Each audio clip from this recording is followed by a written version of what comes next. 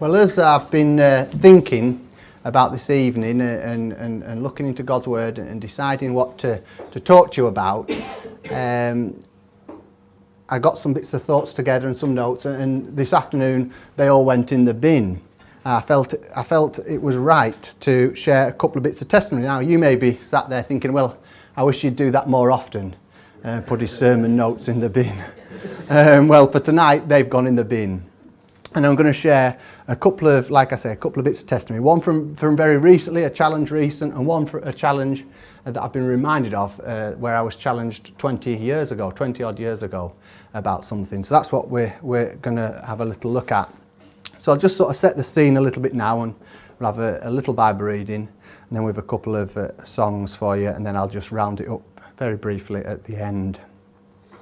Now, I'm sure many of you won't have gone unnoticed that we had an election maybe 5 weeks ago roughly, and as you were going round, maybe driving round, or maybe in your village near you, there'd be maybe houses or fields with signs up where people were pinning their colours to the mast. You know, they were saying that they were going to vote Labour, or they were going to vote Conservative, or Tim Farron's winning here, or all these different signs. I'm sure you've noticed them as you've gone round, and we had some in our village with the signs up.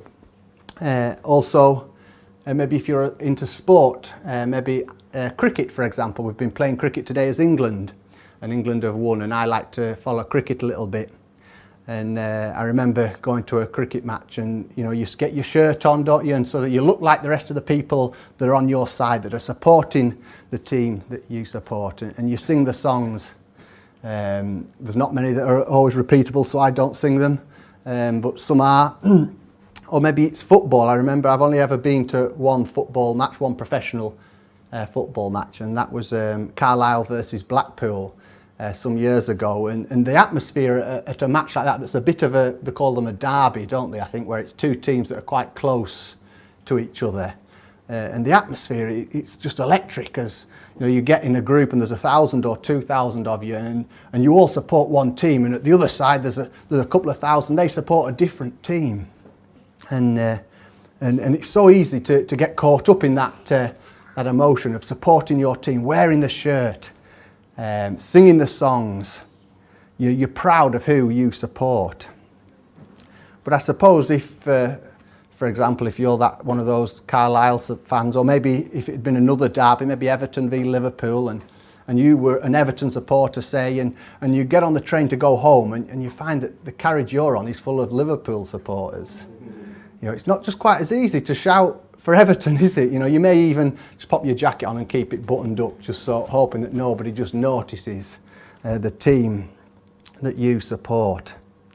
So that's a few little illustrations as to where we're going to go with this challenge that I had recently, and also some years ago. So as a very brief background to my testimony, many of you know it as well as I do nearly. It's only maybe 2 or 3 youth services ago when Stephen was speaking, he reminded us that as wards we come from a long line of bearded drunks. I don't know whether any of you remember that, but that's what Stephen reminded us of. And our Richard thankfully just keeps up one side of that heritage. He just keeps up one side of that. So that's a bit of our background as wards. But I haven't known that. I've never known that. And for me, I've often thought, wouldn't it be great to have a really exciting testimony? You know, because in some respects, my testimony is quite dull. You know, I was always a fairly good kid. Mum and Dad will tell you that I certainly wasn't perfect, but I was fairly good as a child. You know, I didn't get up to anything too naughty. I think I only ever once had one detention in school in the entirety of my spell at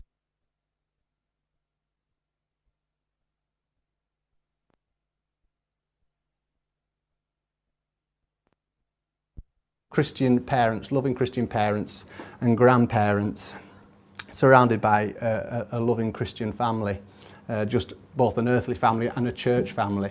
And it was fairly easy to be a Christian in that setting.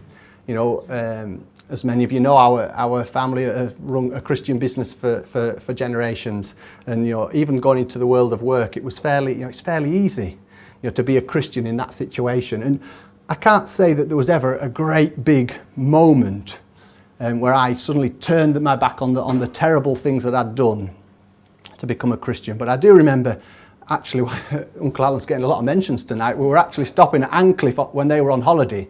Many years ago, we used to go to Ancliffe on holiday. When Uncle Alan was on holiday, we'd pop down and milk his cows. And I wouldn't be so old, maybe 7, 8. And we went to a little children's mission. In my mind, I think it was near Cragbank, which might even have been something to do with Uncle Ken. You never just know. It might have been following Peter and Rebecca. I'm not sure why, but that's what I have in my mind. Anyway, at this little children's mission, afterwards we had the opportunity to give our hearts to Jesus, and that was the first time when I committed my life to him. But there was no miraculous changes. You know, I hadn't been this ridiculously terrible child, but it's been something that I've known with assurance and with certainty from that point on, and it's been a constant journey with Jesus, with God ever since then. But I remember in secondary school, that was probably the only time really when it was slightly more difficult to be a Christian in secondary school, because as I said, at home I came in from a Christian family. And at primary school, you don't get challenged in any great way on Christian things. But when you get to secondary school, it is much more difficult. And that was maybe the first time for me when it was difficult. And for me, it was great because I had Michael from Lane House, who was in my year, in my form, and a great Christian friend. And so that was great. That was really helpful. But I think if I'm honest, a lot of the time, it was easier just to keep my head down. You know, just to keep your head down, a bit in a way like that Everton supporter with his jumper on, then no one knows who he really supports. Just try and go under the radar, because often that's easy. It's easier just to go under the radar. And I remember one night when I was doing my Bible readings, and it said at the end, you know, you would do your little Bible reading and some little notes, and I can't remember what they were. And at the end, there would be a little prayer section, and it would give you some suggestions of what to pray for. And I always remember it said in there, it suggested, why not pray that tomorrow you get an opportunity to talk to someone about God and about what you believe. And so I prayed that little prayer and didn't really think anything much about it. But then the next day at school, I had 3 really direct opportunities, really obvious opportunities to share about what I believed. And I ducked every single one of them. And I went home and I cried. And I cried at night. Because I'd prayed that prayer, I'd asked for those opportunities, and I ducked them. And I was so sad and upset with myself. That night's Bible readings were from Mark 14, and we'll read them now. Mark 14 starts verse 27 to 31, and then Mark 14 verses 66 to 72. Mark 14 verse 27. You will all fall away, Jesus told them, for it is written, I will strike the shepherd and the sheep will be scattered.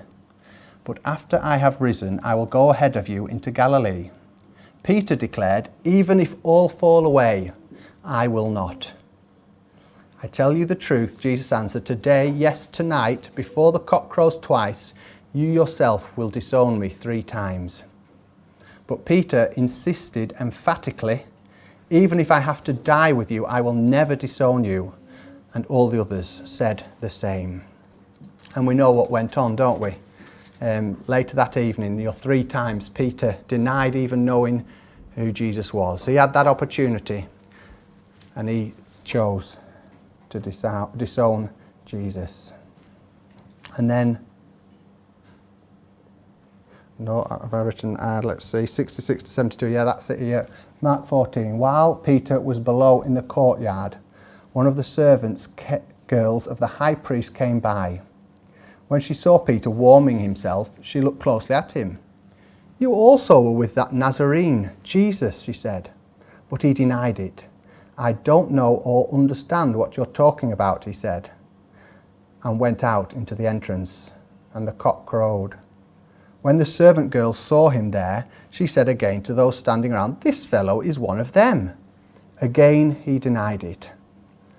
After a little while, those standing near said to Peter, "Surely you are one of them, for you are a Galilean." He began to call down curses on himself, and he swore to them, "I don't know this man you're talking about." Immediately the cock crowed the second time. Then Peter remembered the word Jesus had spoken to him, "Before the cock crows twice, you will disown me 3 times." And he broke down and wept.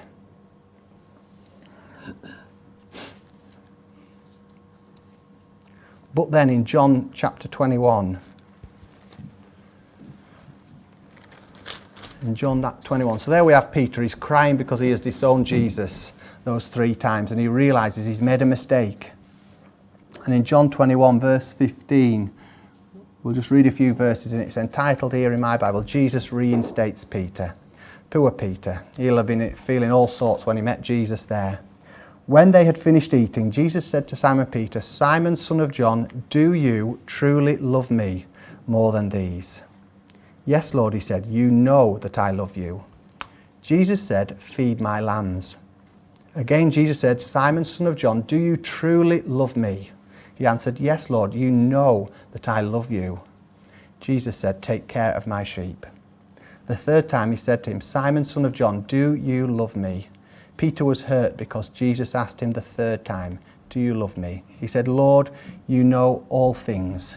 You know that I love you." Jesus said, "Feed my sheep." And that was the Bible reading, them 3 little sections that I had the next night. And how pleased I was to learn that whilst Peter had made those mistakes, Jesus still loved him. Jesus was willing to forgive him, and he went on to do a great work for Jesus, did Peter. We're now just going to sing a couple of pieces to you before I round up our thoughts this evening. If you want to, yeah.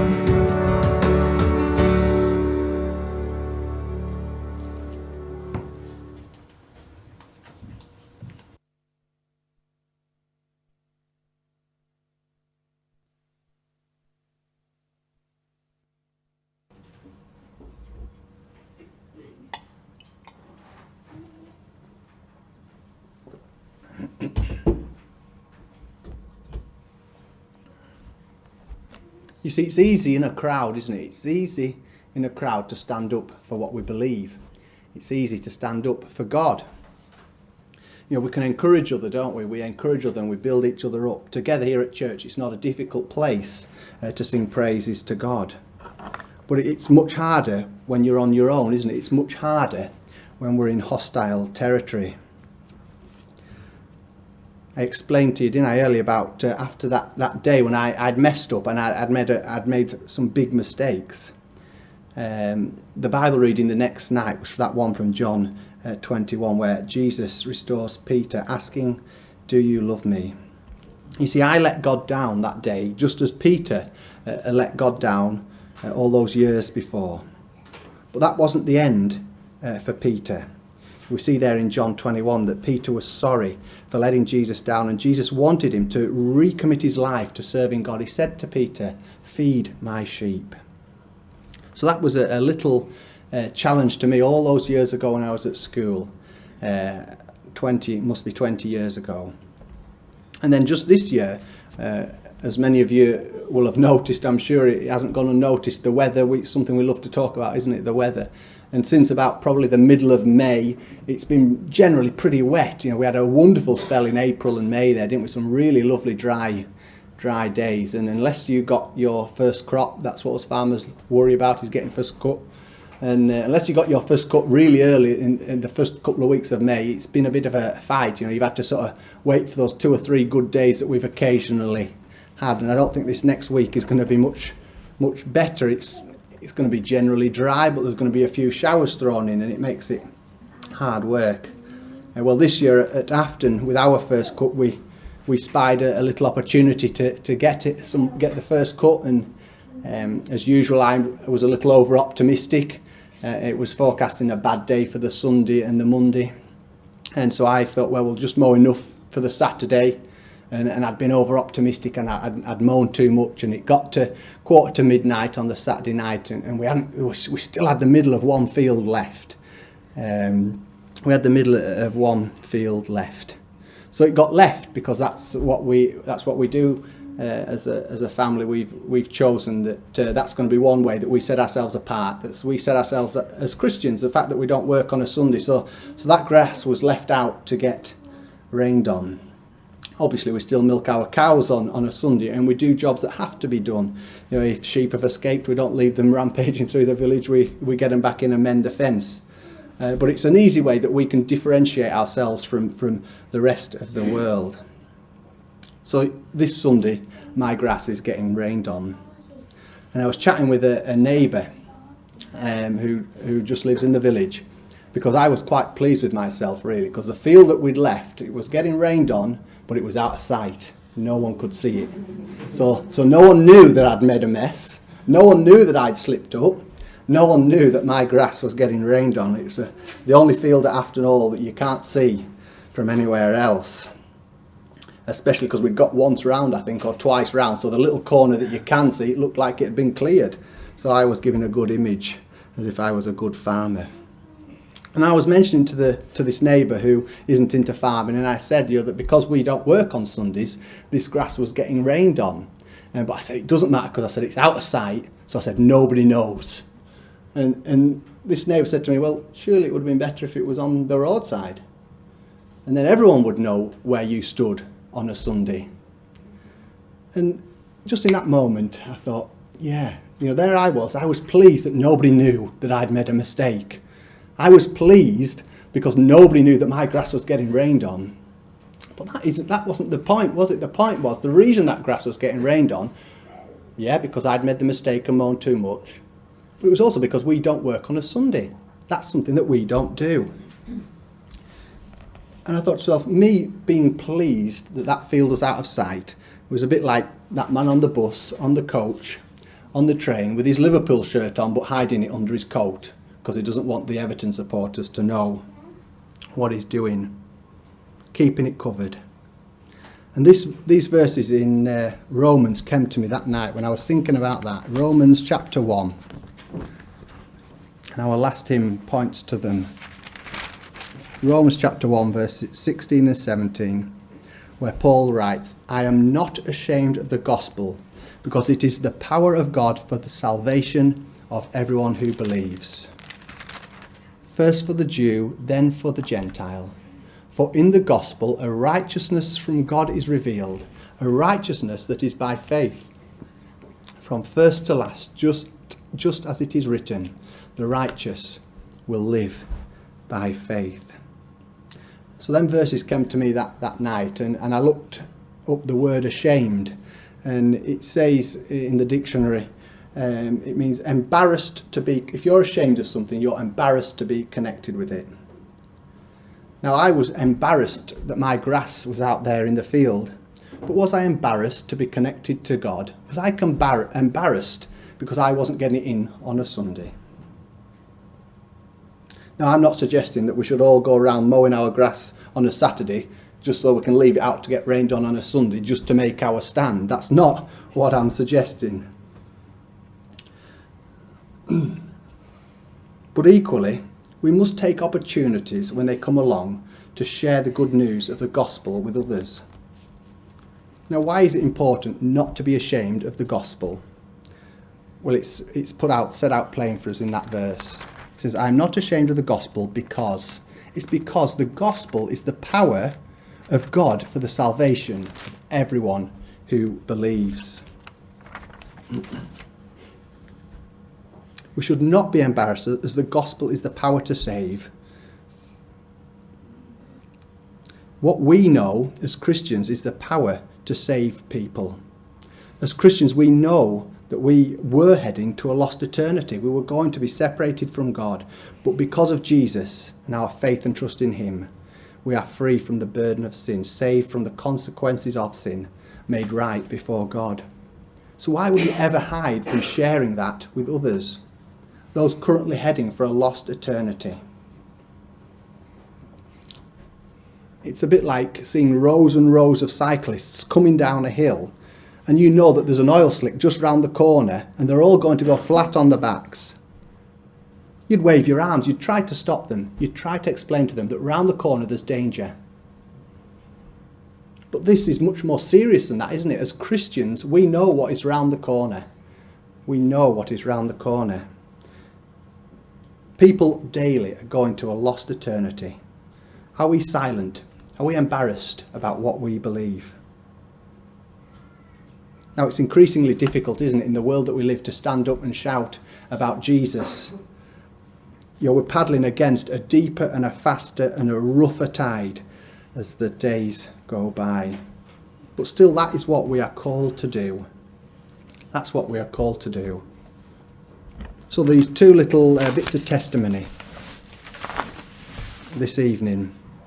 Now, if you, like I did, if you've made a mistake and let God down, as I did and continue to do, we can take heart from the story of Peter there in the New Testament, where he failed but was restored and went on to do many good things for God.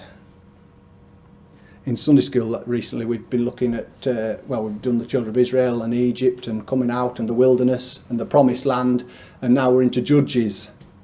And we've seen that in there that it's such a great picture of God's love for us, whatever we've done, but yet people's constant reoccurrence of doing wrong and sinning, but yet God still loves them. And this is what we can take heart from. We may fail, and we must try not to fail. We must cling hold of God. But if we've made a mistake, God is more than willing to restore us and to take us by the hand and to help us on. And as Paul reminds us here in Romans, we've not to be ashamed of who we are in Christ, and we should be ready to share with a lost world the things of him.